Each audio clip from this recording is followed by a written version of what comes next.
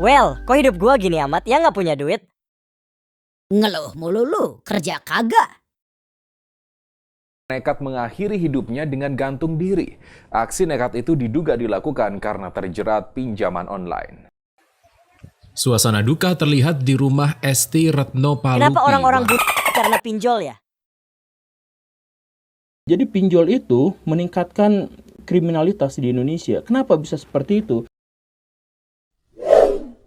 Karena pinjol itu bunganya gila. Yang legal saja, yang oleh pemerintah disahkan dan pemerintah ikut ambil pajaknya saja, itu bisa sampai 300% setahun.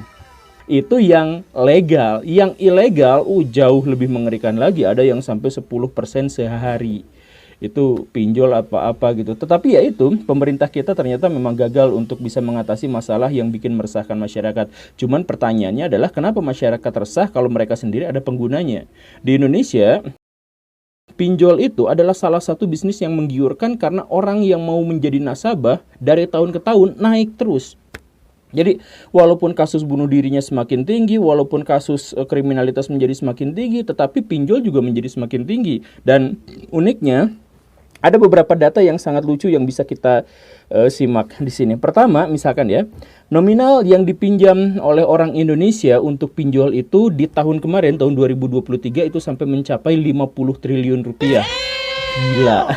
50 triliun itu ternyata kebanyakan atau bahkan sebagian besar dari orang-orang yang pinjam itu adalah kalangan miskin dan menengah.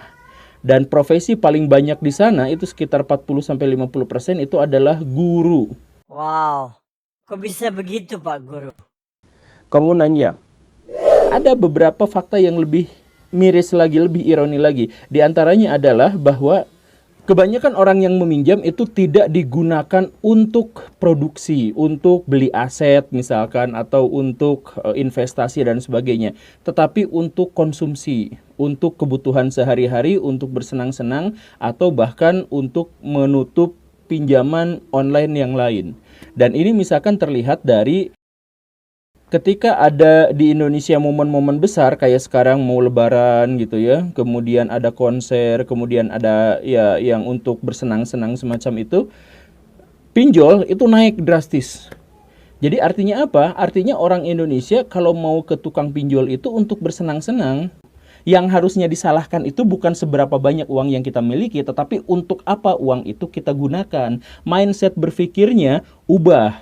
Jadi mulai dari sekarang please, jangan pernah melihat uang dalam kacamata yang negatif.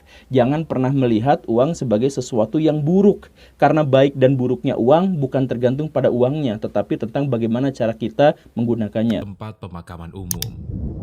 Korban merupakan staf farmasi di salah satu rumah sakit milik pemerintah. Ia ditemukan tak bernyawa di rumahnya pada Jumat.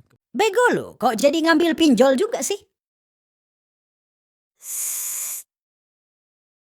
Jurus pemusnah pinjol.